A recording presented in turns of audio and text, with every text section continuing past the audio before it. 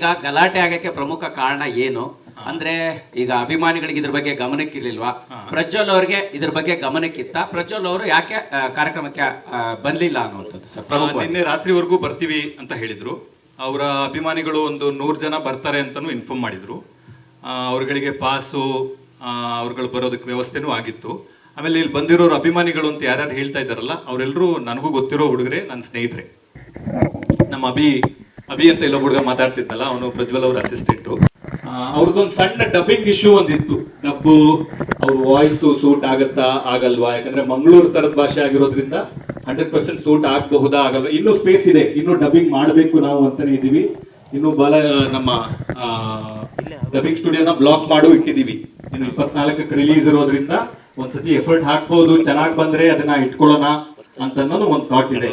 ಆದ್ರೆ ಸಡನ್ ಆಗಿ ಈ ತರದ್ ಇವರೆಲ್ಲ ಗೊತ್ತಿರೋರೆ, ಆಮೇಲೆ ಇವ್ರು ಯಾರು ಬೇರೆಯವರಲ್ಲ, ಇವ್ರು ಯಾರು ನಮ್ಗೆ ಗೊತ್ತಿಲ್ಲದೆ ಇರೋರಲ್ಲ, ಎಲ್ಲಿಂದನೋ ಉದ್ಭವ ಆಗಿರೋರಲ್ಲ, ಗೊತ್ತಿರೋರನ್ನೇ ಈ ತರ ಬಂದು ಮಾಡೋದಕ್ಕೆ ಕಾರಣ ಏನು ಅಂತ ನಮ್ಗೆ ನಿಜವಾಗ್ಲೂ ಸರ್. ಈಗ ಸಿನಿಮಾ ನೀವು ಆರಂಭದಲ್ಲಿ ಒಂದು ರೀತಿ ಕ್ಲಾರಿಟಿ ಕೊಡೋ ಪ್ರಯತ್ನ ಮಾಡ್ತಾರೆ, ಅಂದ್ರೆ ಸಿನಿಮಾದವರ ವಿಚಾರ ಸೌಂಡ್ ಮಾಡಬಾರ್ದು, ಸಿನಿಮಾ ಸೌಂಡ್ ಮಾಡಬೇಕು ಅನ್ನೋದಕ್ಕೆ. ಈ ಕನ್ನಡ ಸಿನಿಮಾ ಇಂಡಸ್ಟ್ರಿ ಈ ಪರಿಸ್ಥಿತಿಯಲ್ಲಿ ಈ ರೀತಿಯ ಗೊಂದಲ ಮತ್ತು ಗಲಾಟೆ ಈಗ ಚಿತ್ರತಂಡಕ್ಕೆ ಎಷ್ಟು ಜವಾಬ್ದಾರಿ ಆಗಿದೆ? ಯಾಕಂತಂದ್ರೆ ಅವರ ಅಭಿಮಾನಿಗಳೇ ಮಾಡ್ತಾ ಇರುವಂತದ್ದು, ಮತ್ತೆ ಕಾರ್ಯಕ್ರಮಕ್ಕೂ ಮುಂಚೆನೆ ಅವ್ರಿಗೆ ಗಮನಕ್ಕಿರ್ಲಿಲ್ವಾ ಹೇಗೆ ಅನ್ನುವಂಥದ್ದು ಸರ್? ಅಲ್ಲ, ಖಂಡಿತವಾಗ್ಲೂ ಇರಲಿಲ್ಲ. ಯಾಕಂದ್ರೆ ಅವರೆಲ್ಲ ಫಂಕ್ಷನ್ ಅಟೆಂಡ್ ಮಾಡಕ್ಕೆ ಅಂತ ಬಂದವರು. ಅವರೆಲ್ಲರೂ ಈ ಟ್ರೈಲರ್ನ ಎಂಜಾಯ್ ಮಾಡಬೇಕು ಅಥವಾ ಈ ಥರದೊಂದು ಸಮಾರಂಭನ ಸೆಲೆಬ್ರೇಟ್ ಮಾಡಬೇಕು ಅಂತ ಬಂದವರು. ಆಮೇಲೆ ನಾವು ಪ್ರತಿ ಸಲನೂ ಹೇಳ್ಕೊಂಡ್ ಬಂದಿದ್ದೀವಿ, ನೋಡಿ ಇದು ಸಿನಿಮಾ ಟೈಟಲ್ ನೋಡಿದ್ರೆ ನಿಮ್ಗೆ ಗೊತ್ತಾಗುತ್ತೆ, ಇದು ಪ್ರಜ್ವಲ್ ಅವ್ರದೇ cinema. Dynamic prince Prajwal Devaraj ಅಂತ ಹೆಸರಿದೆ ಬಿಟ್ರೆ 25, 30, 40 ವರ್ಷದಿಂದ ಕೆಲಸ ಮಾಡಿರೋ ಶ್ರೀಧರ್ ಸರ್ ಹೆಸರಿಲ್ಲ, ಮಿತ್ರ ಸರ್ ಹೆಸರಿಲ್ಲ, ರಾಜ್ ಶೆಟ್ಟರ್ ಹೆಸರಿಲ್ಲ. ಯಾಕೆ ಅಂತಂದ್ರೆ ಒಂದು ಪ್ರೊಟ್ಯಾಗನಿಸ್ಟ್, ಒಂದು ಕಥಾನಾಯಕ ಅಂತ ನಾವು ಪಾತ್ರಕ್ಕೆ ಆಯ್ಕೆ ಮಾಡಿ ಮುಂದಕ್ಕೆ ಹೋದ್ಮೇಲೆ ಅದೇ ಥರನೇ ಟ್ರಾವೆಲ್ ಮಾಡಬೇಕಾಗತ್ತೆ. ಆದರೆ ಈ ಥರದೊಂದು ಘಟನೆ ಮಾಡಬೇಕು ಅಂತ ಅನ್ಕೊಂಡೆ ಬಂದಾಗ ಕಾಣಿಸ್ತಿದೆ. ಅದು ಯಾಕೆ ಅಂತ ಅನ್ನೋ ಪ್ರಶ್ನೆ ನನಗೂ ಇದೆ. ನಾನು ಖಂಡಿತವಾಗ್ಲೂ ಇದು ಯಾಕೆ ಆಗಿರ್ಬೋದು ಅಂತ ಕೇಳ್ತೀನಿ. ನಮ್ಮ ಜೊತೆ ಏನೇ ಭಿನ್ನಾಭಿಪ್ರಾಯ ಇದ್ರೂ ಅದನ್ನ ಕೂತು ಮಾತಾಡೋದಕ್ಕೆ ಒಂದು ಜಾಗ ಅಂತಿರುತ್ತೆ, ಒಂದು ವೇದಿಕೆ ಅಂತಿರುತ್ತೆ. ಒಂದು ಸಮಾರಂಭಕ್ಕೆ ಬಂದು ಯಾಕೆ ಹಿಂಗೆ ಮಾಡ್ತಿದ್ದೀರಾ, ಅಭಿಮಾನಿಗಳ ಕಾಳಜಿ ನಮಗೂ ಅರ್ಥ ಆಗುತ್ತೆ. ನಾನು ಫಸ್ಟ್ ಸಿನಿಮಾ ಅಂಬರೀಷ್ ಅವ್ರ ಜೊತೆ ಮಾಡಿರೋದು. ನಾನು ಫಸ್ಟ್ ಸಿನಿಮಾ ಡೈರೆಕ್ಟ್ ಮಾಡಿದ್ದು ಅಂಬರೀಷ್ ಅವರು, ಸುದೀಪ್ ಸರ್ ಪ್ರೊಡ್ಯೂಸ್ ಮಾಡಿದ್ರು. ಸುದೀಪ್ ಸರ್ ಜೊತೆ ನಾನೊಂದು 10 ವರ್ಷ ಅಸೋಸಿಯೇಟ್ ಡೈರೆಕ್ಟರ್ ಆಗಿ, ಅಸಿಸ್ಟೆಂಟ್ ಡೈರೆಕ್ಟರ್ ಆಗಿ ಕೆಲಸ ಮಾಡಿದ್ದೀನಿ. ಇಲ್ಲಿರುವ ಪ್ರತಿ ಮೀಡಿಯಾದವರು, ಪ್ರತಿ ಮಾಧ್ಯಮ ಮಿತ್ರರು, ಪ್ರತಿ ಟೆಕ್ನಿಷಿಯನ್ಸ್ ಯಾರಿದ್ದಾರೆ ನನಗೆ 1 to 1 ಪರಿಚಯ ಇದ್ದಾರೆ. ನೀವೆಲ್ಲರೂ ನನ್ನ ಸಹಾಯಕ ನಿರ್ದೇಶಕನಿಂದ ನಿರ್ದೇಶಕನಾಗೋವರೆಗೂ, ಅಂಬೇನಿಂಗ್ ವಯಸ್ಸಾಯಿತು ಮಾಡೋವರೆಗೂ ನನ್ನ ನೋಡಿದ್ದೀರಾ. ಆದರೆ ಈ ಥರದ ಘಟನೆ ನಾನು ಎಲ್ಲೂ ನೋಡಿಲ್ಲ. ಹಾಗಾಗಿ ನನಗೂ ಒಂದು ಹೊಸ ಅನುಭವ ಇದು. ಅಭಿ ಒಂದು ನಿಮಿಷ ಇವ್ರೆ, ಯಾಕಪ್ಪ ನಿಮ್ದೇನಿದ್ರೆ ಆಮೇಲೆ ಮಾತಾಡ್ಕೊಳ್ಳಿ. ಸರ್ ಪ್ರೊಡ್ಯೂಸರ್ ಸಮಸ್ಯೆ ಗುರು ಸರ್ ಕೇಳಿ, ಪ್ರೊಡ್ಯೂಸರ್ಗಳ ಸಮಸ್ಯೆನ ನಾವು ನಿರಂತರವಾಗಿ ಅಬ್ಸರ್ವ್ ಮಾಡ್ಕೊಂಡು ಕೇಳ್ಕೊಂತೀವಿ ಬಿಡಿ. ಸರ್ ಒಂದ್ ನಿಮಿಷ, ನೀವು ಬೇರೆ ಕಡೆ ಮಾತಾಡ್ಕೊಳ್ಳಿ. ಇದು ಪ್ರೆಸ್ ಮೀಟ್ ಕರೆದಿರೋ ಪ್ರೆಸ್ ಮೀಟ್ ಅಷ್ಟೇ ಮಾತಾಡಿ. ನಿಮ್ದು ಪ್ರಜ್ವಲ್ದ ಏನೇ ಇದ್ರು ನೀವು ಹೊರಗಡೆ ಮಾತಾಡ್ಕೊಳ್ಳಿ. ಇದು ಪ್ರೆಸ್ ಮೀಟ್, ಇದು ಮೀಡಿಯಾ ಕರೆದಿದ್ದಾರೆ, ಮೀಡಿಯಾ ಅಷ್ಟೇ ಮಾತಾಡ್ಬೇಕು. ನೀವು ಆಮೇಲೆ ಮಾತಾಡ್ಕೊಳ್ಳಿ. 11 ಗಂಟೆ ಮೇಲೆ ಕೊಟ್ಟಿರೋದು ಮೀಡಿಯಾಕ್ಕೆ, ನಿಮ್ಗೆ 10 ಗಂಟೆ ಮುಂಚೆ ಇತ್ತು, ನೀವು ಮಾತಾಡ್ಕೊಳ್ಳಿ. ಅಟ್ಯಾಕ್ ಕೂಡ ಒಂಥರ ಹೆಂಗಿತ್ತು ಅಂದ್ರೆ ರೌಡಿಗಳು ಅಟ್ಯಾಕ್ ಮಾಡ್ದಂಗೆ ಇತ್ತು ಸರ್. ಆಸ್ ಎ ಜರ್ನಲಿಸ್ಟ್ ಆಗಿ ಹೇಳ್ತಿದ್ದೀನಿ, ದಯವಿಟ್ಟು ಹಂಗ್ ಮಾಡಿ. ಇವರೇ ಗುರು, ಹಲೋ ಗುರು, ನಿಮ್ಮ ಪ್ರಶ್ನೆಗಳ ಸರ್ ನೀವು ಕೇಳಿ ಸರ್, ಕೇಳಿ ಸರ್. ನಿಮ್ಮ ಪ್ರಜ್ವಲ್ದು ಅಥವಾ ನಿಮ್ಮ ಅವ್ರ ಫ್ಯಾನ್ಸ್ ಏನಿದೆ ನೀವು ಹೊರಗಡೆ ಇಟ್ಕೊಳ್ಳಿ. ಮೀಡಿಯಾ ಪ್ಲಾಟ್ಫಾರ್ಮ್ ಇದು, ಮೀಡಿಯಾಕ್ಕಂತ ಸ್ಪೇಸ್ ಕೊಟ್ಟಿದ್ದೀರಾ. 11 ಗಂಟೆ ಮೇಲೆ ಅನ್ನೋದು ಮೀಡಿಯಾ ಕೊಟ್ಟಿದ್ದೀರಾ ಟೈಮ್. ಮೀಡಿಯಾ ಇಟ್ಕೊಳ್ಳಿ, ನೀವು ಮಿಕ್ಕಿದೆಲ್ಲ ಕಳಿಸ್ಕೊಳ್ಳಿ, ಅಥವಾ ನೀವು ಸೈಲೆಂಟ್ ಆಗಿರಕ್ಕೆ ಹೇಳಿ. ಇಲ್ಲ, ಹೇಳೋಣ ಅವ್ರಿಗೆ ಹೇಳೋಣ. ಆಮೇಲೆ ಅವರೆಲ್ಲ ಬಿಡಿ, ನಿಮ್ದು ಅವ್ರದ್ದು ಏನಾರು ಆಮೇಲೆ ಮಾತಾಡ್ಕೊಳ್ಳಿ. ಈಗ ಮೀಡಿಯಾ ಸ್ಪೇಸ್, ಮೀಡಿಯಾ ಜೊತೆ ಕಾಂಟ್ಯಾಕ್ಟ್ ಮಾಡಿ. ಈಗ ಓಕೆ ನಡೀರಿ ಸರ್, ನಿಮ್ಮ ಪ್ರಶ್ನೆ ಕೇಳ್ಬೋದು ಸರ್. ಓಕೆ ಇವರೇ ಗುರು, ಕಳಿಸಿ ಸರ್, ಕಳಿಸ್ಬೋದು ಗುರು ಸರ್. ಸರ್ ನಿಮ್ಮಲ್ಲಿ ಸಮಸ್ಯೆ ಇದ್ರೂ ಕೂಡ ದಯವಿಟ್ಟು ಅದನ್ನ ನೇರವಾಗಿ ಹೇಳ್ಬಿಡಿ ಸರ್. ಏನೋ ಸಮಸ್ಯೆ ಅಂದ್ರೆ ಈ ಟೀಮ್ ಆಯ್ತು ಅಂತ ಹೇಳಿ. ಗುರು, ಈಗ ಪ್ರಜ್ವಲ್ ಬರ್ದೇ ಇರೋದಕ್ಕೆ ಯೂಶುವಲ್ ಆಗಿ ಪ್ರಜ್ವಲ್ ಅಂತ ಅಲ್ಲ, ಯಾವುದೇ ಹೀರೋ ಅಥವಾ ಆರ್ಟಿಸ್ಟ್, ಓಕೆ, ಈಗ ಯಾವುದೇ ಹೀರೋಯಿನ್ ಅಥವಾ ಆರ್ಟಿಸ್ಟ್ ಯಾರೇ ಬರ್ಲಿಲ್ಲ ಅಂದ್ರು ಮೇನ್ ರೀಸನ್ ಇರುತ್ತೆ, ಅವ್ರಿಗೆ ಪೇಮೆಂಟ್ ಸೆಟ್ಲ್ ಆಗಿರಲ್ಲ ಅನ್ನೋದು ಒಂದು ಮೇನ್ ರೀಸನ್ ಇರುತ್ತೆ. ಅವ್ರ ಪ್ರಮೋಷನ್ ಬರ್ತಿಲ್ಲ, ಡಬ್ಬಿಂಗ್ ಮಾಡ್ತಿಲ್ಲ ಅಂತಂದ್ರೆ ಅವ್ರಿಗೆ ಪೇಮೆಂಟ್ ಕ್ಲಿಯರ್ ಆಗಿರಲ್ಲ ಅನ್ನೋದು ಒಂದು ಇಶ್ಯೂ ಇರುತ್ತೆ. ಅಥವಾ ಶೂಟಿಂಗ್ ಸೆಟ್ ಅಲ್ಲೋ ಅಥವಾ ನಿಮ್ಮ ಇಂಟರ್ನಲ್ ಏನಾದ್ರೂ ಪ್ರಾಬ್ಲಮ್ ಆಗಿರುತ್ತೆ ಅನ್ನೋದು ಎರಡೇ ಇಶ್ಯೂ ಮೇಜರ್ ಆಗಿರುತ್ತೆ. ಇಲ್ಲ, ಇದಕ್ಕೆ ಉತ್ತರ ಕೊಟ್ಬಿಡ್ತೀನಿ. ಪೇಮೆಂಟ್ ಸೆಟ್ಲ್ ಆಗಿಲ್ಲ ಅನ್ನೋ ಇಶ್ಯೂ ಇದೆ.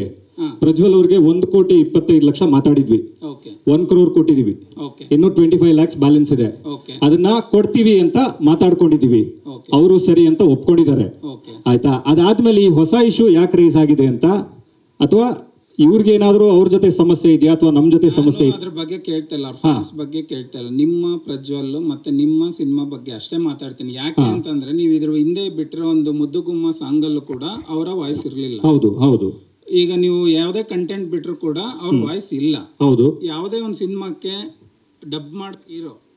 ಡಬ್ ಮಾಡಿಲ್ಲ ಅಂತಂದಾಗ ಅದು ಕ್ವಶನ್ ರೈಸ್ ಆಗೇ ಆಗುತ್ತೆ.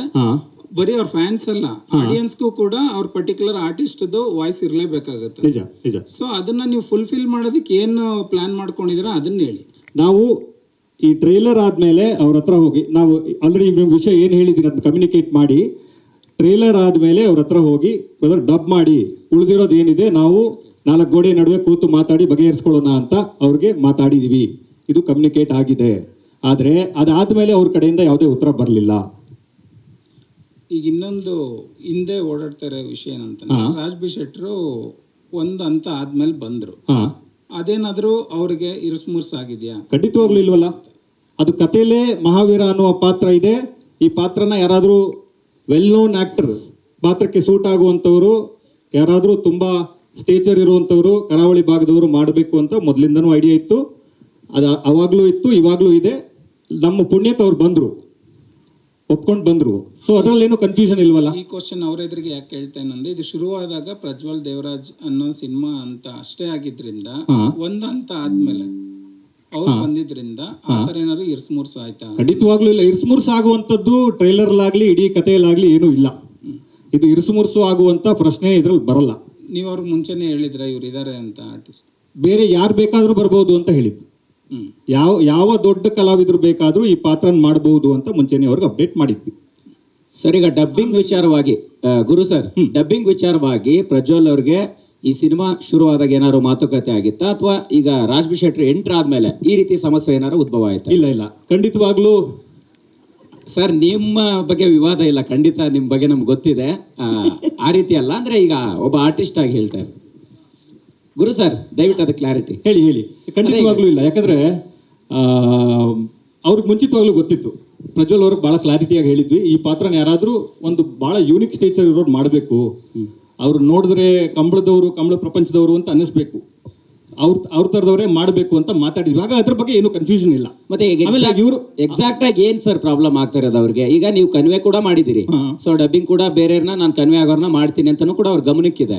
ಸೊ ಹಾಗಾದ್ರೂ ಕೂಡ ಯಾಕೆ ಈ ರೀತಿ ಸಮಸ್ಯೆ? ಮತ್ತೆ ಈಗ ಈ ಇವೆಂಟ್ಗೂ ಮುಂಚೆ ಯಾವಾಗ ಮಾತಾಡಿದ್ರಿ, ಅವರಿಂದ ಏನ್ ಉತ್ತರ ಬಂತು? ಇಲ್ಲ, ಈ ಇವೆಂಟ್ ಮುಂಚೆ ಒಂದು ಹೆಚ್ಚು ಕಡಿಮೆ 1.5-2 ತಿಂಗಳಿಂದ ಅವ್ರನ್ನ ರೀಚ್ ಆಗಿ ಟ್ರೈ ಮಾಡ್ತಾ ಇದ್ವಿ. ಅವರು ಶೂಟಿಂಗ್ ಅಲ್ಲಿ ಇದ್ದಾರೆ, ಬ್ಯುಸಿ ಇದ್ದಾರೆ, ಸಿಗ್ತಾರೆ ಅಂತ ನಮಗೆ ಕಮ್ಯುನಿಕೇಟ್ ಆಗ್ತಾ ಇದೆ. ಆಯ್ತಾ? ಆದರೆ ನಾನು ಈ ಸಿನಿಮಾಗೆ ನಿರ್ದೇಶಕನೂ ಹೌದು, ನಿರ್ಮಾಪಕನೂ ಹೌದು. ಹಾಗಾಗಿ ನಾನು ನನ್ನ ಕೆಲಸಗಳಲ್ಲಿ ಬ್ಯುಸಿ ಇದ್ದೀನಿ. ಇದನ್ನು ಕಮ್ಯುನಿಕೇಟ್ ಮಾಡೋದಕ್ಕೆ ನನ್ನ ಟೀಮ್ ಇದೆ. ಅವ್ರು ಕಮ್ಯುನಿಕೇಟ್ ಮಾಡ್ತಾ ಇದ್ದಾರೆ, ಅವ್ರು ಬ್ಯುಸಿ ಇದ್ದಾರೆ, ಸಿಗ್ತಾರೆ, ಹೇಳ್ತಾರೆ ಅಂತ ಅವರ ಮ್ಯಾನೇಜರ್ ನಮಗೆ ಕಮ್ಯುನಿಕೇಟ್ ಮಾಡ್ತಾ ಇದ್ರು. ಆದರೆ ಈ ಸಮಸ್ಯೆ ನಿನ್ನೆ ರಾತ್ರಿವರೆಗೂ ಇರಲಿಲ್ಲ. ಓಕೆ, ಅಲ್ಲ, ಪ್ರಜ್ವಲ್ ಅವ್ರ ಜೊತೆಗೆ ನೀವು ನೇರವಾಗಿ ಮಾತಾಡಿದ್ದೀರಾ? ನಾನು ಮಾತಾಡಿ 1-2 ತಿಂಗಳಾಗಿರ್ಬೋದು. ಏನ್ ಕಾರಣ ಸರ್ ಅಲ್ಲಿಂದ ಇಷ್ಟು ಗ್ಯಾಪ್ ಆದ್ರೂ? ನನ್ನ ಎಲ್ಲಾ ಮೆಸೇಜ್ಗಳಿಗೂ ಎಲ್ಲಾ ಫೋನ್ಗಳಿಗೂ ಅವ್ರದ್ದು ರೆಸ್ಪಾಂಡ್ ಮಾಡ್ತಾ ಇಲ್ಲ. ಏನಾದ್ರೂ ಸಮಸ್ಯೆ ಇದ್ರೆ ಮಾತಾಡಿ ಅದನ್ನ ಸರಿ ಮಾಡ್ಕೊಳ್ಳೋಣ ಅಂತ ಬಹಳ ಸಾರಿ ಪ್ರಯತ್ನ ಪಟ್ಟಾಗ್ಲೂ ಅವರು ಫೋನ್ಗೆ ಸಿಗ್ತಾ ಇಲ್ಲ. ಆಗಿದೆ ಅನ್ಸುತ್ತೆ ಸರ್ ನಿಮ್ಗೆ ಇವತ್ತಿನ ಈ ಬೆಳವಣಿಗೆ ನೋಡಿದ್ರೆ ಉದ್ದೇಶ ಪೂರ್ವಕವಾಗಿ ಆಗಿದೆ ಅಂತ ಅನ್ಸ್ತಾ ಇದೆಯಾ? ಇರ್ಬೋದು. ಯಾಕೆ ಅಂತಂದ್ರೆ ಇವರೆಲ್ಲರೂ ಗೊತ್ತಿರೋರೆ, ಅವ್ರ ಜೊತೆಗಿರೋರೆ. ಬೆಳಿಗ್ಗೆ ಎದ್ರೆ ಅವ್ರ ಅಕ್ಕಪಕ್ಕ ಇರೋ ಹುಡುಗರೆ. ಆಮೇಲೆ ನನ್ಗೇನು ಇವ್ರು ಹೊಸಬರಲ್ಲ ಸರ್. ಇವ್ರ ಫಂಕ್ಷನ್ಗೆ ಬರ್ತೀವಿ, ಸಂಭ್ರಮ ಸೆಲೆಬ್ರೇಟ್ ಮಾಡೋಣ ಅಂತನೋ ಒಂದು ಆಂಗಲ್ ಅಲ್ಲಿ ಬಂದವರು ಸರ್. ಇದೇನು ಸರ್ ಇಲ್ಲಿ ಇಲ್ಲ ನೋಡಿದ್ರು, ಸಿನಿಮಾ ನೋಡಿದ್ರು. ಡಬ್ಬಿಂಗ್ ಮುಂಚೆ, ಪೋಸ್ಟ್ ಪ್ರೊಡಕ್ಷನ್ ಶುರು ಆಗಕ್ಕೆ ಮುಂಚೆ ಫುಲ್ ಫಿಲ್ಮ್ ನೋಡಿದ್ರು. He liked it. He said it will be the best film of my life. ನನ್ನ ಜೀವನದಲ್ಲಿ ಒಂದು ಅದ್ಭುತ ಕತೆ ಇದು, ನನ್ನ ಜೀವನದಲ್ಲಿ ಒಂದು ಲ್ಯಾಂಡ್ ಮಾರ್ಕ್ ಫಿಲ್ಮ್ ಆಗುತ್ತೆ ಗುರು, ಐ ಆಮ್ ಸೋ ಹ್ಯಾಪಿ ಅಂತ ನಮ್ಮ ಆಫೀಸಿಗೆ ಬಂದು ನಮ್ಮ ಹತ್ರ ಒಂದು ಬೆಳಗಿನ ಜಾವ 2 ಗಂಟೆವರೆಗೂ ನಮ್ಮ ಆಫೀಸಲ್ಲಿದ್ದರು, ಮಾತಾಡಿದ್ರು.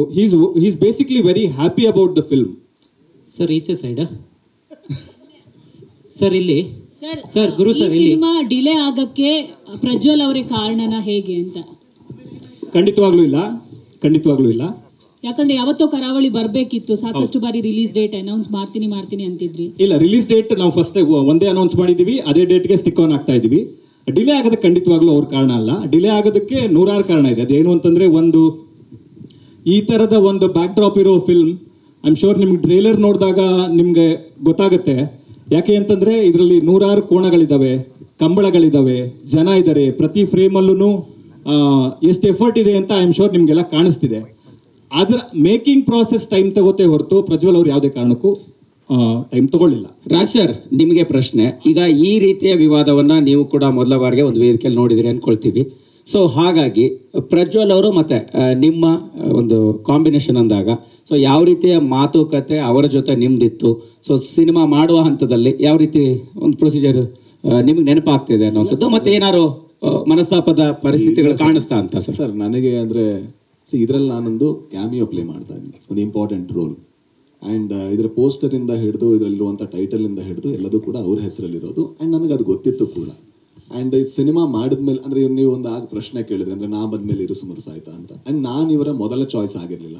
ನನಗಿಂತ ದೊಡ್ಡ ನಟರು ಇವರ ಮೊದಲ ಚಾಯ್ಸ್ ಆಗಿತ್ತು. ಬಟ್ ಬೇರೆ ಬೇರೆ ಕಾರಣಗಳಿಂದ ಅವ್ರು ಆಗದೇ ಇದ್ದ ಕಾರಣಕ್ಕೆ ಕೊನೆಗೆ ನಾನು ಬಂದಿತ್ತು. ಹಾಗಾಗಿ ಆ ರೋಲ್ ಮೊದಲಿಂದ ಇತ್ತು. ಇಟ್ಸ್ ನಾಟ್ ದ್ಯಾಟ್ ಅದೊಂದು ಪಾತ್ರ, ಅದು ಬರವಣಿಗೆಯಲ್ಲೇ ಆ ಒಂದು ಪಾತ್ರ ಇದೆ.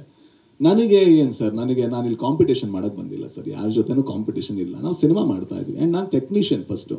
ನನಗೂ ಗೊತ್ತು ಒಬ್ಬ ಮನುಷ್ಯ ಒಂದು ಸಿನಿಮಾ ಮಾಡೋದಕ್ಕೆ ಎಷ್ಟು ಶ್ರಮ ಪಡ್ತಾನೆ, ಎಷ್ಟು ಬದುಕುಗಳು ಅದರಲ್ಲಿ ಇನ್ವಾಲ್ವ್ ಆಗಿದೆ ಅಂತ.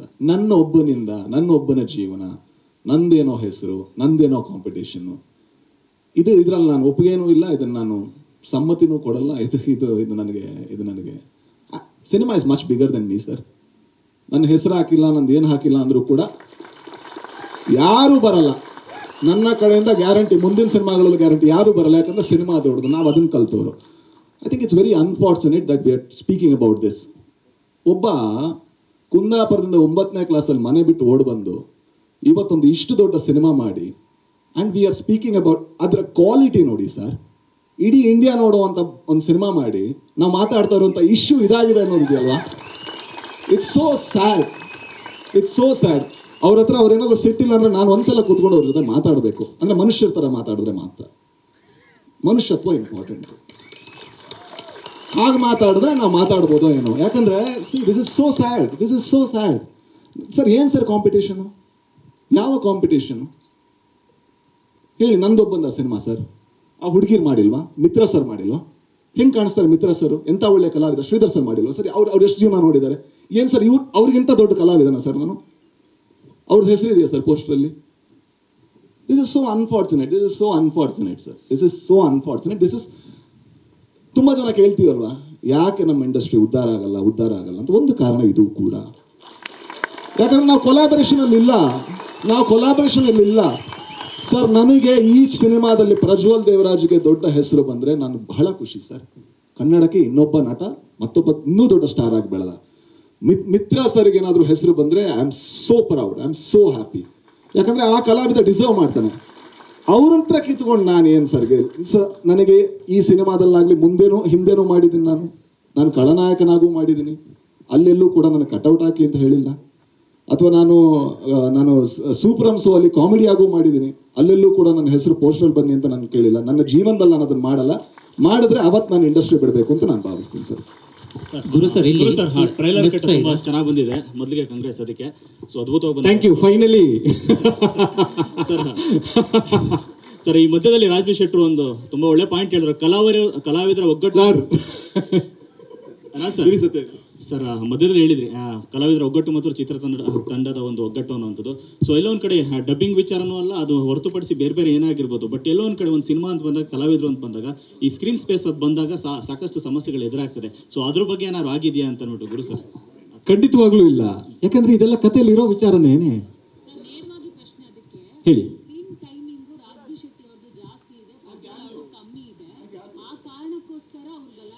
ಖಂಡಿತವಾಗ್ಲೂ ಇಲ್ಲ. ಇದು ಇಡೀ ಕಥೆನ ಪ್ರಜ್ವಲ್ ಅವರ ಕಣ್ಣಿಗೆ ಕಟ್ಟುವ ಹಾಗೆ ನರೇಟ್ ಮಾಡಿದ್ದೀನಿ. ಪ್ರತಿಯೊಂದು ಸಿನಿಮಾದಲ್ಲಿರುವ ಎಲ್ಲ ಎಲಿಮೆಂಟ್ಗಳು ಅವ್ರಿಗೆ ಏನೇನಾಗುತ್ತೆ ಅಂತ ಕ್ಲಾರಿಟಿ ಇದೆ. ಶೆಟ್ರು ಆಲ್ರೆಡಿ ಹೇಳ್ದ ಹಾಗೆ ನಮ್ಮ ಹತ್ರ ನಾವು ಬೇರೆ ನಟರಿಗೂ ಕೇಳಿದ್ವಿ ಆ ಪಾತ್ರಕ್ಕೆ. ಆ ವಿಚಾರದಲ್ಲಿ ಯಾವುದೇ ಕನ್ಫ್ಯೂಷನ್ ಇಲ್ಲ. ಸರ್ ಇಲ್ಲಿ ಸರ್ ಈಚೆ ಸೈಡ್ ಈ ವಿಚಾರ ಹೊರತು ಕಳೆದ ಮಾತಾಡೋದಾದ್ರೆ ಸಿನಿಮಾದಲ್ಲಿ ಸರ್ ಒಬ್ಬೊಬ್ಬರೇ ಪ್ರಶ್ನೆ ಸರ್ ಒಬ್ಬೊಬ್ಬರೇ ಕೇಳಿ. ಸರಿ ಕಡೆ ಸರ್ ಈ ವಿಚಾರ ಹೊರತುಪಡಿಸಿ ಮಾತಾಡೋದಾದ್ರೆ ಸಿನಿಮಾದಲ್ಲಿ ಇಬ್ಬರ ಸಂಬಂಧ ಏನು ಅಂತ ಅದು ಬಹಳ ಕುತೂಹಲ. ಸಿನಿಮಾ ಕಡೆ ಬಂದ್ಬಿಡು. ಅದು ಸಿನಿಮಾದಲ್ಲಿ ನೋಡಿದ್ರೆ ಬಹಳ ಚೆನ್ನಾಗಿರುತ್ತೆ ಅಂತ ಒಂದು ಅದರದ್ದು ಒಂದು ಆ್ಯಂಗಲ್. ಸೊ ಹಾಗಾಗಿ ಅದು ಆ ಪ್ರಶ್ನೆನ ಸಿನಿಮಾ ನೋಡೋವರೆಗೂ ಹಾಗೆ ಇಟ್ಕೊಳ್ಳೋಣ ಅಂತ.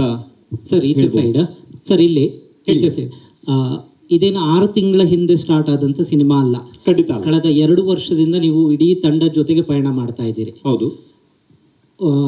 ಮೂಲದಲ್ಲಿ ಒಂದಿಷ್ಟು ಒಪ್ಪಂದಗಳು ಹಾಕೊಂಡಿರ್ತವೆ, ಯಾರು ಡಬ್ಬಿಂಗ್ ಮಾಡಬೇಕು, ಯಾರೆಲ್ಲ ಇರ್ತಾರೆ ಅನ್ನೋದು ಒಂದಿಷ್ಟು ಮಾತುಕತೆಗಳು ಆಗಿರ್ತವೆ. ಆವಾಗ ಇರದ ಸಮಸ್ಯೆಗಳು ಈಗ ಉದ್ಭವ ಆಗ್ತಾ ಇದ್ದಾವೆ. ಎಲ್ರಿಗೂ ನಿರೀಕ್ಷೆ ಇರುತ್ತೆ ಸಿನಿಮಾಗಳು ಬರಬೇಕು, ಒಳ್ಳೆ ಸಿನಿಮಾಗಳು ಬರಬೇಕು, ರಾಜ್ ಸರ್ ಹೇಳ್ದಂಗೆ ಸಿನಿಮಾನೇ ದೊಡ್ಡದು ಅಂತ. ಇಷ್ಟು ಜರ್ನಿಯಲ್ಲಿ ಇಷ್ಟು ವರ್ಷ ಕಾದರೂ ಕೂಡ ಸಿನಿಮಾ ಇನ್ನೇನು ರಿಲೀಸಿಗೆ ಆಗುವಾಗ ಇನ್ನೇನು 1 ವಾರ 2 ವಾರ ಇರುವಾಗ ಇಂಥ ಸಮಸ್ಯೆಗಳು ಒಂದು ಸಿನಿಮಾ ಕ್ಷೇತ್ರಕ್ಕೆ ದೊಡ್ಡ ಪೆಟ್ಟನ್ನು ಕೊಡ್ತವೆ. ನಿರೀಕ್ಷೆಗಳ ಮೇಲೆ ನಿರೀಕ್ಷೆಗಳು ಇಟ್ಕೊಳ್ತಾರೆ ಜನರು, ಇಂಥ ಸಮಸ್ಯೆಗಳೇ ನ್ಯೂಸ್ ಆಗ್ತವೆ. ಹೌದು.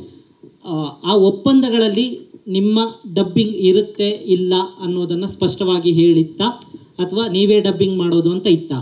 ಸರ್ ಇದರಲ್ಲಿ cinema is A collective craft sir. ಇದರಲ್ಲಿ ಪ್ರತಿಯೊಂದನ್ನು ನಾವು ಆ ಕ್ಷಣಕ್ಕೆ ಸ್ಕ್ರಿಪ್ಟಲ್ಲಿ ಒಂದು ಕತೆ ಬರ್ತಿರ್ತೀವಿ, ಒಂದು ಕತೆ ಇರ್ಬೋದು, ಒಂದು ಪಾತ್ರ ಇರ್ಬೋದು, ಒಂದು ಡೈಲಾಗ್ ಇರ್ಬೋದು, ಆ ಕ್ಷಣಕ್ಕೆ ಇದು ಚೆನ್ನಾಗಿ ಅನ್ನಿಸ್ತಾ ಇದೆ, ಇದು ಕತೆಗೆ ಸೂಕ್ತ ಆಗ್ತಿದೆ ಅಂತ ಅನ್ಸಿದ್ರೆ ಅದೇ ತಾನೇ ಸರ್ 1 ಶಾಟ್ ಅಥವಾ 1 ಸೀನ್ ಅಥವಾ 1 ಫಿಲ್ಮ್ ಆಗೋದು. ಸೊ ಹಾಗಾಗಿ ಈ ಒಪ್ಪಂದಗಳು ಏನಿತ್ತು ಇದೆಲ್ಲವೂ ಮ್ಯೂಚುವಲ್ ಅಂಡರ್ಸ್ಟ್ಯಾಂಡಿಂಗ್ ಅಂತ ಕರಿತೀವಿ ಸರ್. ಎಲ್ಲದಕ್ಕೂ ಸರ್ ಸಮಸ್ಯೆ ಇರ್ಬೋದು, ಸಮಸ್ಯೆ ಕೂತು ಪರಿಹರಿಸಿಕೊಳ್ಳೋದಕ್ಕೆ ಒಂದು ಜಾಗ ಇರುತ್ತೆ, ಅದಕ್ಕೆ ವ್ಯಕ್ತಿಗಳಿರ್ತಾರೆ, ಅವ್ರ ಸಮ್ಮುಖದಲ್ಲಿ ಕೂತ್ಕೊಂಡು ಮಾತಾಡಿದ್ರೆ ಯಾವ ಸಮಸ್ಯೆನೂ ಇರಲ್ಲ ಸರ್. ಸೊ ಹಾಗಾಗಿ ಇದು ಏನೇ ಇದ್ದಿದ್ರು ಕೂತು ಮಾತಾಡ್ಬೋದಾಗಿತ್ತು ಅಂತ ಅನ್ನೋದು ಒಬ್ಬ ನಿರ್ಮಾಪಕನಾಗಿ ಒಬ್ಬ ನಿರ್ದೇಶಕನಾಗಿ ನನ್ನ ಒಪಿನಿಯನ್ ಸರ್. ಇದು ಗುರು ಅವರೇ, ಶಿವಣ್ಣ ಅವರು ಫಸ್ಟ್ ಇದು ಮಾಡಬೇಕಿತ್ತು ಅಂತ ಒಂದು ಸ್ಕ್ರಿಪ್ಟ್ ಎಲ್ಲ ಆಗಿತ್ತು. ಅವರು ಮಾಡಬೇಕಾಗಿದ್ದ ಸ್ಕ್ರಿಪ್ಟಿಗೂ ಈ ಸ್ಕ್ರಿಪ್ಟಿಗೂ ಎಷ್ಟು ಬದಲಾವಣೆ ಮಾಡ್ಕೊಂಡಿದ್ದೀರಾ? ಮತ್ತು ಈ ಕಾಮಿಯರ್ ರೋಲು ಮೊದಲು ಇತ್ತ ಅಥವಾ ಇರಲಿಲ್ವಾ ಸರ್? ಇದು ಆ ಕತೆ ಏನಿದೆ, ಚಂದ್ರಶೇಖರ್ ಬಂಡಿಯಪ್ಪ ಅವ್ರ ಕತೆ ಏನಿದೆ, ಅದರ ಆ ಕತೆ ಒಂದು 20% ಅಂದರೆ ಇದು ಒಂದು 80% ಚೇಂಜ್ ಆಗಿರುವ ಒಂದು ಕತೆ. ಅದು ಐಡಿಯಾ ಆಗಿ ಮಾತ್ರ ಉಳ್ಕೊಂಡಿದೆ. ಹಾಗಾಗಿ ಅದರಲ್ಲಿರುವ ಪಾತ್ರಗಳಿರ್ಬೋದು, ಅದರಲ್ಲಿರುವ ಸ್ಕ್ರೀನ್ ಪ್ಲೇ ಇರ್ಬೋದು, ಡೈಲಾಗ್ ಇರ್ಬೋದು, ಅದೆಲ್ಲವೂ ಬದಲಾಗಿದೆ. ಸೊ ಹಾಗಾಗಿ ಆ ಕತೆಗೂ ಈ ಕತೆಗೂ ಕಂಪೇರ್ ಮಾಡೋದು ಇಟ್ ಇಸ್ ನಾಟ್ ರೈಟ್ ಅಂತ ನನ್ನ ಒಪಿನಿಯನ್ ಸರ್. ಗುರು ಅವರೇ ಹೇಳಿ ಈ ಕಡೆ. ಈ ಶೂಟಿಂಗ್ ಟೈಮಲ್ಲಿ ಏನಾದರೂ ಭಿನ್ನಾಭಿಪ್ರಾಯ ಮೂಡಿತ್ತಾ ಅಥವಾ ಶೂಟಿಂಗ್ ಆದಮೇಲೆ ಈ ರೀತಿಯಾದಂಥ ಸಮಸ್ಯೆ? ಇಲ್ಲ, ಶೂಟಿಂಗ್ ಅಲ್ಲಿ ಯಾವುದೇ ಭಿನ್ನಾಭಿಪ್ರಾಯ ಇರಲಿಲ್ಲ. ಈಸ್ ವೆರಿ ಕೋಆಪರೇಟಿವ್, ಈ ಕೋಆಪರೇಟೆಡ್. ಶೂಟಿಂಗ್ ಅಲ್ಲಿ ನಮಗೂ ಅಥವಾ ಅವ್ರಿಗೂ ಅಥವಾ ಯಾವುದಕ್ಕೂ ಶೂಟಿಂಗ್ ಇವರೆಲ್ಲ ಇದ್ರಪ್ಪ, ಇವ್ರಿಗೆ ಬಂದಿದ್ರಲ್ಲ ಅವರೆಲ್ಲರೂ ಶೂಟಿಂಗ್ ಅಲ್ಲಿ ಇದ್ರು, ಅವರೆಲ್ಲರೂ ಶೂಟಿಂಗ್ ಬಂದಿದ್ರು. ಅವ್ರೆಲ್ರಿಗೂ ಗುರುದತ್ ಕಣಿಗ ಫಿಲ್ಮ್ಸ್ ಇಂದ ಸಂಬಳ ಹೋಗಿದೆ. ಅವ್ರು ಯಾರನ್ನು ನಮಗೆ ಸ್ಟ್ರೇಂಜರ್ಸ್ ಅಲ್ಲ, ಅವರೇ ಬಂದು ಇವತ್ತು ಎದುರು ನಿಂತು ಇದೇನಿದು ಆಶ್ಚರ್ಯ ಅಂತ ಮಾತಾಡ್ತಾ ಇರೋದು ನನಗೆ ಆಶ್ಚರ್ಯ.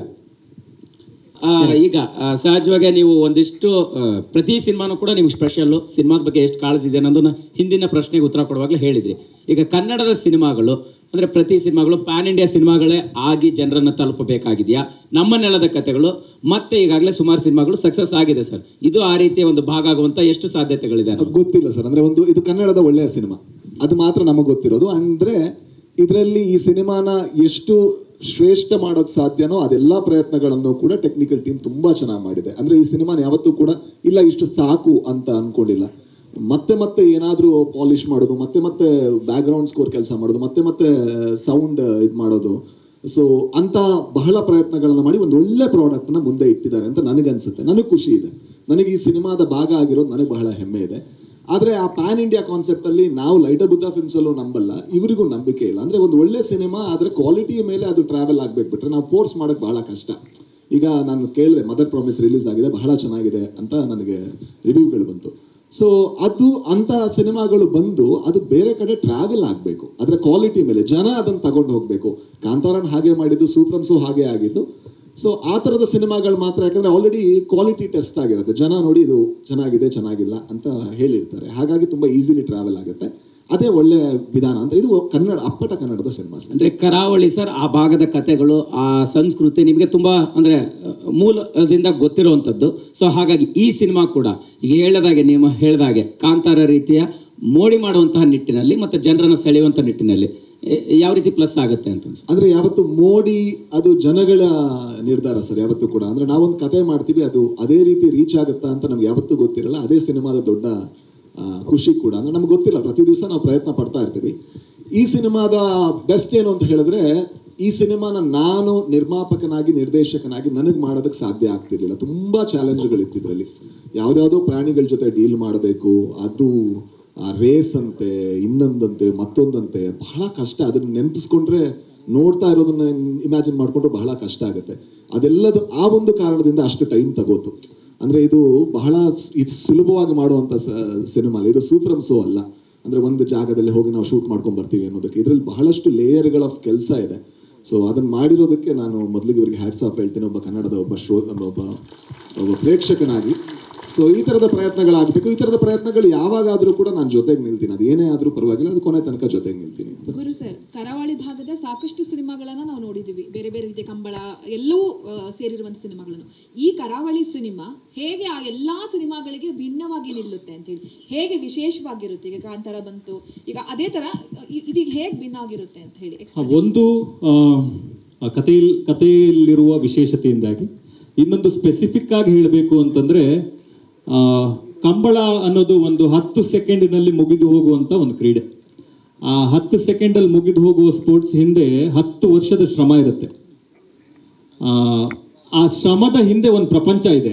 Forget about winning the race. ಒಂದು ಜೊತೆಯ ಜೋಡಿ ಕೋಣವನ್ನ ಕಂಬಳದ ಗದ್ದೆಗೆ ತಗೊಂಡೋಗಿ ನಿಲ್ಲಿಸಬೇಕು ಅಂತಂದ್ರೆ 10 ವರ್ಷ ಆಗುತ್ತೆ.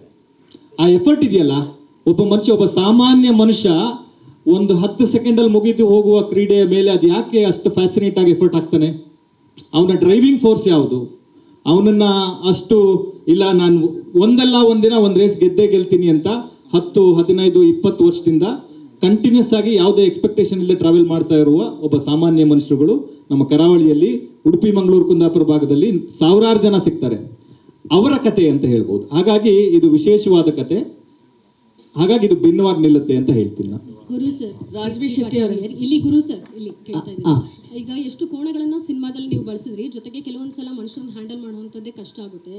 ಸಿನಿಮಾದಲ್ಲಿ ಮೂಕ ಪ್ರಾಣಿಗಳನ್ನ ಯಾವ ರೀತಿ ನೀವು ಅದ್ರ ಮನಸ್ಥಿತಿಗೆ ತಕ್ಕಂಗೆ ಹ್ಯಾಂಡಲ್ ಮಾಡಿದ್ರಿ, ಇದರ ಜೊತೆಗೆ ರಾಜ್ಬಿ ಶೆಟ್ಟಿ ಅವ್ರ ಇನ್ಪುಟ್ಸ್ ಏನಾದರೂ ಇತ್ತ?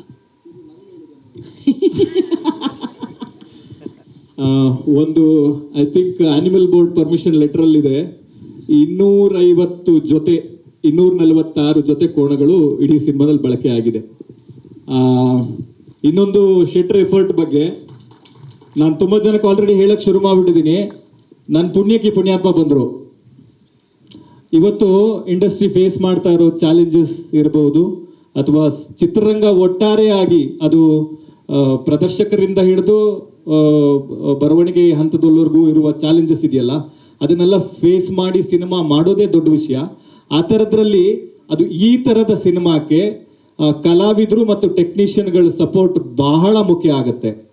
ಅದು ಶೆಟ್ರ್ ಇರ್ಬೋದು, ಮಿತ್ರಾ ಸರ್ ಇರ್ಬೋದು, ರಮೇಶ್ ಇಂದ್ರ ಸರ್ ಇರ್ಬೋದು, ಸಂಪದ ಅವ್ರು ಇರ್ಬೋದು, ಸುಷ್ಮಿತಾ ಅವ್ರು ಇರ್ಬೋದು, ನನ್ನ ಟೆಕ್ನಿಷಿಯನ್ಗಳಿರ್ಬೋದು, ಎಲ್ಲರೂ ಅವರ ಸಪೋರ್ಟ್, ಜಸ್ಟ್ ಒನ್ ಬಿಲೀವ್, ಈ ಮನುಷ್ಯ ಒಂದು ಒಳ್ಳೆ ಫಿಲ್ಮ್ ಮಾಡ್ಬೋದು, ಇವನ ಹತ್ರ ಒಂದು ಒಳ್ಳೆ ಕತೆ ಇದೆ ಅನ್ನೋ ಒಂದು ನಂಬಿಕೆಯಿಂದ ಅವ್ರ ಜೊತೆಗೆ ನಿಂತಿದ್ದಾರೆ. Forever I will be grateful to them. ಮುಂದಿನ ಪ್ರಶ್ನೆ ರಾಜ್ಬಿ ಶೆಟ್ಟಿ ಅವರೇ. ರಾಜ್ಬಿ ಶೆಟ್ಟಿ ಅವರೇ ಅಲ್ಲಿ ಮೇಡಮ್ ಹೇಳಿ. ನನಗೆ ನಿಮ್ಮ ಬಗ್ಗೆ ಪರ್ಸನಲ್ ಆಗಿ ನಿಮಗೆ ಕೆಲವು ಕೋಸ್ಟಲ್ ಅಂಶಗಳು, ಎಸ್ಪೆಷಲಿ ಕರಾವಳಿಯ ಕೆಲವು ಅಂಶಗಳು ಪರ್ದೆ ಮೇಲೆ ಬರೋಕ್ಕೆ ನಿಮ್ಗೆ ಇಷ್ಟ ಇಲ್ಲ. You want to remain it as a secret ಅಂತ, ಅಂಡ್ ಡಿಫ್ರೆನ್ಸಸ್ ಬಂದಿದೆ ಕಡೆ. ಆ ಥರ ಇಲ್ಲೇನಾದರೂ ನೋಡಿ ನೀವೇನಾದರೂ ಸಜೆಷನ್ ಕೊಟ್ಟಿದ್ದು ಉಂಟಾ? ಇಲ್ಲ, ಅಂದ್ರೆ ಇವರು ಕೂಡ ಕರಾವಳಿಯ ಭಾಗದವರೇ, ಕುಂದಾಪುರದವರೇ. ಹಾಗಾಗಿ ಇವರಿಗೂ ಕೂಡ ಅಲ್ಲಿನ ಆಚಾರ ವಿಚಾರಗಳು ಗೊತ್ತಿದ್ದ ಕಾರಣದಿಂದಾಗಿ ಒಂದು ಕ್ರೀಡೆ ಏನಿದೆ, ಆ ಕ್ರೀಡೆ ಅದರ ಜೊತೆಗೆ ಅಲ್ಲಿರುವಂತಹ ಜನಗಳು, ಸಾಕೋನಿರ್ಬೋದು, ಓಡಿಸೋನಿರ್ಬೋದು, ಅದರ ಯಜಮಾನ ಇರ್ಬೋದು, ಆ ಸಂಬಂಧಗಳು ಅದರ ಸುತ್ತ ಹೋಗಿದ್ದಾರೆ. ಹಾಗಾಗಿ ಆ ಥರದ ಯಾವುದೇ ಇದು ಇರಲಿಲ್ಲ, ನನಗೆ ಯಾವುದೇ ರೀತಿಯ ಕಾನ್ಫ್ಲಿಕ್ಟ್ ಇರಲಿಲ್ಲ. Because he is a very good writer. So he took your suggestions. ಆ ಥರದ್ದೇನು ಇರಲಿಲ್ಲ. ಓಕೆ, ಬಟ್ ಇದು 700 year old ಈ ಬಫೆಲೋ ರೇಸ್ ಅಲ್ಲೇ ನಡೆದಿರೋದು, ಅದ್ರ ಬಗ್ಗೆ ಏನಾದರೂ ತಿಳಿಸ್ಬೋದಾ ನಮಗೆ? ಫಸ್ಟ್ ಟೈಮ್ ಅಲ್ಲಿ ನಡೆದಿರೋದು ಅದು ನಮ್ಮ ಉಡುಪಿ ಉದ್ಯಾವರದಲ್ಲಿರುವ ಒಂದು ಜಾಗ ಕಟಪಾಡಿ ಅಂತ. ಕಟಪಾಡಿಯ ಕಂಬಳಕ್ಕೆ ಒಂದು 700 ವರ್ಷಗಳ ಇತಿಹಾಸ ಇದೆ ಮ್ಯಾಮ್. 700 ವರ್ಷಗಳಿಂದ ಕಟಪಾಡಿಯ ಕಂಬಳ ಅಂತ ಅನ್ನೋದು ಕರಾವಳಿಯ ಸಾಂಪ್ರದಾಯಿಕ ಕಂಬಳಗಳಲ್ಲಿ ಒಂದು. ಸಾಂಪ್ರದಾಯಿಕ ಕಂಬಳ ಅಂತಂದ್ರೆ ಅದಕ್ಕೆ ಅದರದ್ದೇ ಆದ ವಿಧಿವಿಧಾನಗಳಿವೆ. ಯಾರು ಕೋಣ ಫಸ್ಟ್ ಇಳಿಬೇಕು, ಯಾರು ಯಾವ ಚೇರಲ್ಲಿ ಕೂರ್ಬೇಕು, ಯಾರು ಹಿಂದೆ ಇರಬೇಕು, ಯಾರು ಮುಂದೆ ಇರಬೇಕು, ಯಾರು ಚಂಡೆ ಬಡಿಬೇಕು, ಯಾರು ವಾಲ್ಗ ಊದಬೇಕು ಅನ್ನೋದು ಪ್ರತಿಯೊಂದಕ್ಕೂ ಅದರದ್ದೇ ಆದ ಒಂದು ವಿಧಿವಿಧಾನಗಳಿದ್ದಾವೆ. ಅದೆಲ್ಲವನ್ನ ಒಂದೇ ಕುಟುಂಬ ಅಷ್ಟೂ ವರ್ಷಗಳಿಂದ ನಡ್ಸ್ಕೊಂಡ್ ಬರ್ತಾ ಇದೆ. ಹಾಗಾಗಿ ನಾವು ಫಸ್ಟ್ ಹೋಗಿ ನೋಡಿದಾಗ ತುಂಬಾ ಇಂಟ್ರೆಸ್ಟಿಂಗ್ ಅಂತ ಅನಿಸ್ತು. ಆ ಥರದ ಕತೆ ನಾನು ಕುಂದಾಪುರದವನೇ ಆದ್ರೂ ನಾನು ಕೇಳಿರ್ಲಿಲ್ಲ. ಸೊ ಹಾಗಾಗಿ ಆ ಥರದ ಎಲಿಮೆಂಟ್ಗಳನ್ನ, ಆ ಥರದ ಇಂಟ್ರೆಸ್ಟಿಂಗ್ ಕತೆಗಳನ್ನ ಒಂದು ಸಿನಿಮಾ ಮಾಡುವಾಗ ಅಥವಾ ಒಂದು ಕತೆ ಬರೆಯುವಾಗ ಅದನ್ನ ಒಳಗೊಳ್ತಾ ಹೋಗ್ಬೇಕು. ಹಾಗಾಗಿ ಅಲ್ಲೂ ನಮಗೆ ಶೂಟ್ ಮಾಡೋ ಆಪರ್ಚುನಿಟಿ ಸಿಕ್ತು. ದೇವ್ರ ದಯದಿಂದ ಅವರು ನೀವು ಶೂಟು ಮಾಡ್ಕೊಳ್ಳಿ ಅಂತ ಅವಕಾಶನೂ ಕೊಟ್ಟರು. ಹಾಗಾಗಿ ನಾವು ಕಟಪಾಡಿಯ ಸಾಂಪ್ರದಾಯಿಕ ಕಂಬಳದಲ್ಲಿ ಶೂಟಿಂಗ್ ಮಾಡಿರೋದು ನಮ್ಗೆ ಹೆಮ್ಮೆ ಅಂತ ಹೇಳ್ಬೋದು. ಇದು ಯಾವ ಕಾಲಘಟ್ಟದಲ್ಲಿ ಅದು? ಪ್ರೆಸೆಂಟ್ ಈಗಿನ ಕಾಲಘಟ್ಟದಲ್ಲಿ ಇತಿಹಾಸದ ಜೊತೆಗೆ ಎಂಟರ್ಟೈನ್ಮೆಂಟ್ ಆ್ಯಂಗಲಲ್ಲಿ ಕಥೆ ಹೇಳಿದ ಎಷ್ಟು ಕಷ್ಟ ಆಗಿತ್ತು ಈ ಸಿನಿಮಾಗೆ ಅಂತ. ಸೊ ಈಗ ಸಾಕಷ್ಟು ಕಥೆಗಳು ಕೇಳಿ, ಜಲ್ಲಿಕಟ್ಟು, ವಾಡಿವಾಸಲ್ ಈ ಥರದೆಲ್ಲ ಸ್ಟೋರಿ ನೋಡಿದಾಗ ಒಂದಷ್ಟು ವೈಷಮ್ಯ ಮತ್ತು ವೈರತ್ವ ಎಲ್ಲ ಕಾಣಿಸಿದೆ. ಅದು ರಿಯಲ್ ಆಗಿ ಇತ್ತಾ ನೋಡಿದ್ದೀರಾ ನೀವು ಹತ್ರದಲ್ಲಿ ಅಂತ? ಯಾಕೆಂದರೆ ಕರಾವಳಿ ಭಾಗದವರಾಗಿರೋದು.